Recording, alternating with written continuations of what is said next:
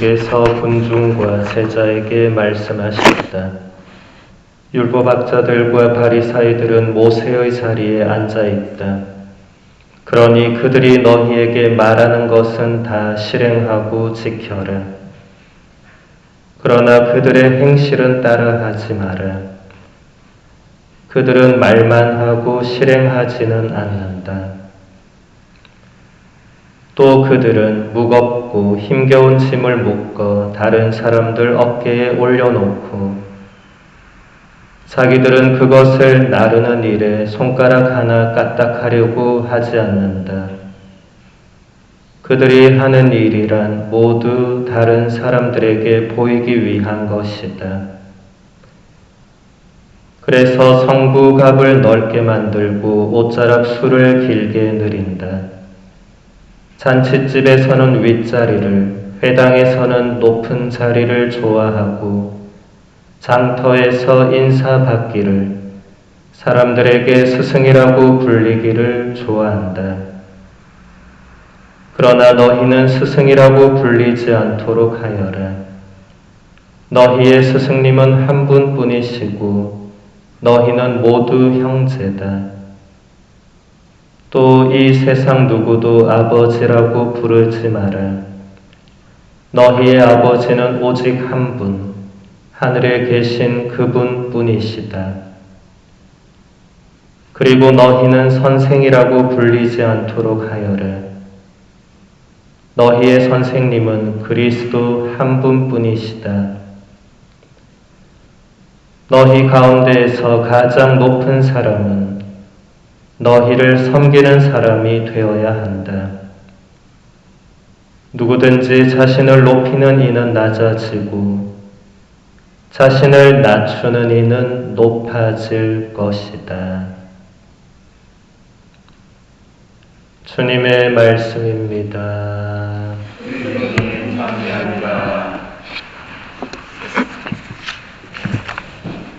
참내 예수님, 한 주간 동안 잘 계셨습니까? 예. 오늘 썸머타임이 해제됐죠? 예.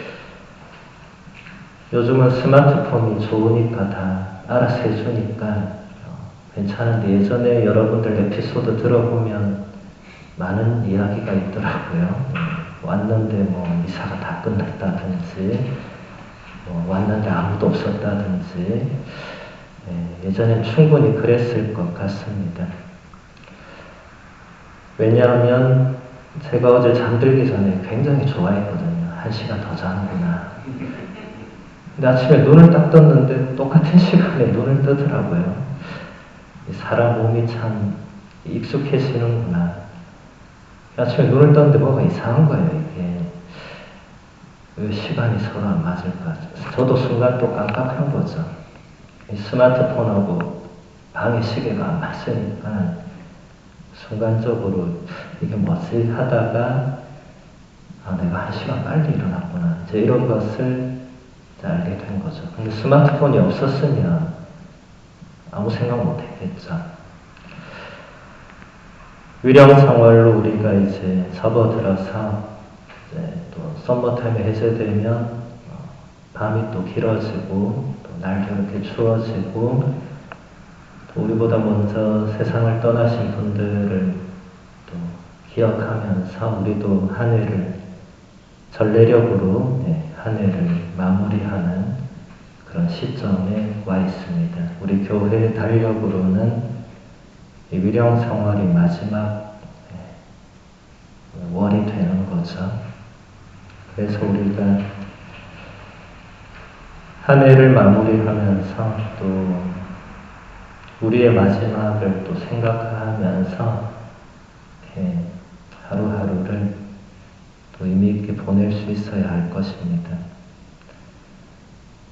우리가 보내는 이 하루하루가 우리에게는 그냥 하루하루일 수 있겠지만 곧 세상을 떠나야 되는 분들에게는 유일한 하루 혹은 특별한 하루, 이제 더 이상 다음을 알 수 없는 하루, 그런 하루일 수 있기 때문에 우리가 그냥 아무렇지 않게 하루하루를 보내서는 안 되겠다. 그런 생각을 저는 장례를 할 때마다 또 하게 됩니다. 이제 더 이상 누군가는 그 하루를 살 수가 없기 때문에 우리가 사는 이 하루가 굉장히 소중하고 특별하다. 그런 것을 더 깨닫게 되는 거죠. 오늘 복음의 마지막에 예수님은 이런 말씀을 하십니다. 너희 가운데에서 가장 높은 사람은 너희를 섬기는 사람이 되어야 한다. 누구든지 자신을 높이는 이는 낮아지고 자신을 낮추는 이는 높아질 것이다. 요한 크리소스토모 성인은 주님의 이 말씀을 다음과 같이 해설합니다. 겸손을 실천하는 것만큼 중요한 것은 없습니다. 예수님께서 끊임없이 군중과 제자들에게 겸손의 덕을 상기시키시는 것은 바로 그 때문입니다. 어린이들을 제자들 가운데 세우셨을 때도 그랬고 지금 이 복음에서도 그렇습니다. 예수님께서 산에서 가르치시며 산상 설교를 시작하실 때에도 가장 먼저 겸손의 덕에 관하여 이야기하셨습니다.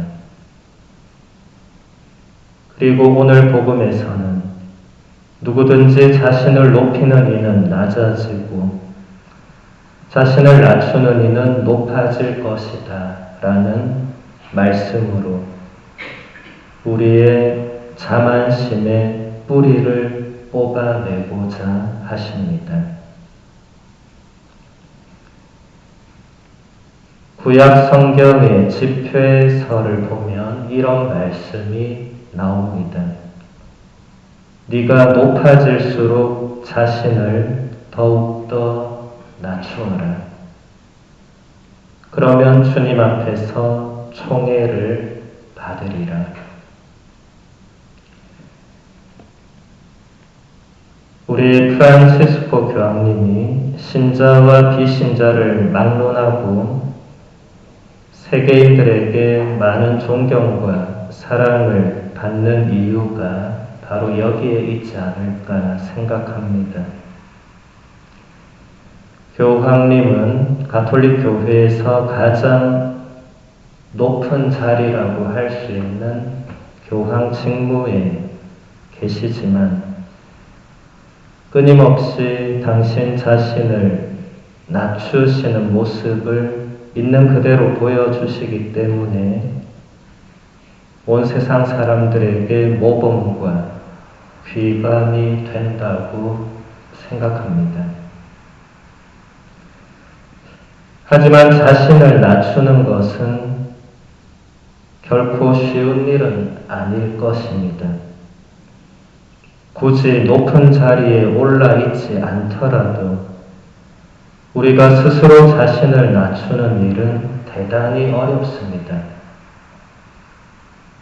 교만은 인간의 본성 안에 숨어있는 그런 무언가 하나인 것 같은데 그와 반대로 겸손은 우리가 끊임없이 노력해야만 얻을 수 있는 그런 덕이기 때문에 더 어려운 것 같습니다.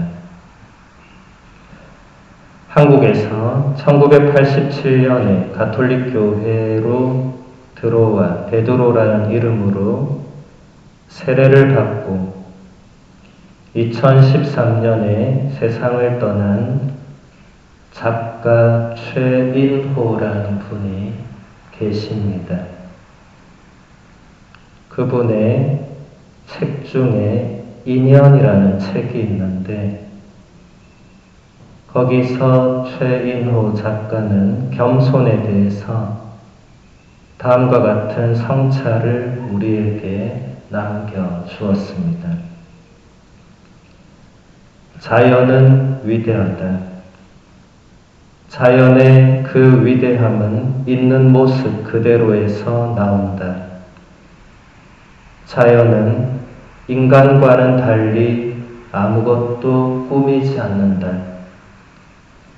있는 것을 없는 채, 없는 것을 있는 채, 주한 것을 아름답게 치장하거나 위장하지 않고 있는 그대로의 모습으로 보여준다. 때가 되면 싹이 트고, 때가 되면 잎이 자라고, 때가 되면 꽃이 핀다. 굳이 자신의 존재를 드러내려고 없는 향기를 추하게 풍기지도 않고 색깔을 천박하게 바꾸지도 않는다. 자연은 겸손하게 자신의 모습을 수긍한다. 자연의 위대함은 그 소박한 겸손함에서 나온다. 겸손과 청빈의 대명사였던 프란치스코 성인은 죽음에 임박하여 다음과 같이 말했다고 한다. 형제들이여, 하느님을 향한 나의 의지는 이제 겨우 시작일 뿐이다. 일생을 하느님을 위해 살고서도 죽음에 이르러 겨우 하느님을 향하게 되었다고 말하는 프란치스코. 그와 같은 겸손함이 프란치스코를 세기의 성자로 만들었는지도 모른다. 가장 진실한 겸손이 가장 위대한 생을 낳는다. 그러나 과연 무엇이 겸손인가? 어떻게 해야 겸손해질 수 있는 것인가? 나는 오늘 문득 가을에 들어 낙엽이 지는 나무 한 그루를 바라보다가 겸손에 대한 희미한 배움 한 가지를 얻을 수 있었다. 어쩌면 겸손이란 자연처럼 있는 그대로의 자신을 숨김없이 드러내 보여주는 것이 아닐까. 겸손이란 자연처럼 있는 그대로의 자기 모습을 숨김없이 보여주는 일이다. 모르면 모르는 대로, 알면 아는 대로, 없으면 없는 대로, 있으면 있는 대로, 자기 모습을 과장하거나 꾸미지 않고 미화시키거나 변명하지도 않는 모습을 나무처럼, 물처럼, 구름처럼, 바람처럼 그대로 드러내 보이는 모습이야말로 겸손이 아닐까. 아는 것을 안다 하고 모르는 것을 모른다 하는 것이 아는 것이다. 공자가 말한 이 구절처럼 있는 그대로 내보이는 모습이야말로 겸손의 길일 것이다. 라이너 마리아 릴케는 이렇게 노래한다. 나뭇잎이 떨어집니다. 아슬한 곳에서 내려오는 양, 하늘나라 먼 정원이 시든 양, 거부하는 몸짓으로 떨어집니다. 그리하여 밤이 되면 무거운 대지가 온 별들로부터 정적 속에 떨어집니다. 우리도 모두 떨어집니다. 여기 이 손도 떨어집니다. 그대여 보시라 다른 것들을, 만상이 떨어지는 것을. 하지만 그 어느 한 분이 있어 이 낙하를 무한히 다정한 손길로 어루만져 주십니다. 그렇다 우리가 모두 낙하하여 가장 낮은 대지에서 세상을 위한 씨앗이 될 때 우리는 굳이 겸손이라는 말을 하지 않아도 될 것이다. 겸손이 없는 세상을 위해서 존재하는 단어이다. 우리 모두 낮은 자리로 돌아가 사랑이라는 작은 몸짓 하나를 배울 수 있다면 세상에는 겸손이라는 단어 또한 굳이 필요하지 않을 것이다. 최인호 베드로 작가의 대단히 아름다운 성찰이라고 생각됩니다. 또 낙엽이 떨어지는 이 위령성을에 우리보다 먼저 세상을 떠나신 분들을 기억하면서 우리도 돌아봐야 될 중요한 주제가 아닌가 생각됩니다. 우리가 장례를 치를 때마다 고인을 보면 자연과 비슷한 모습으로 돌아가 있음을 보게 됩니다.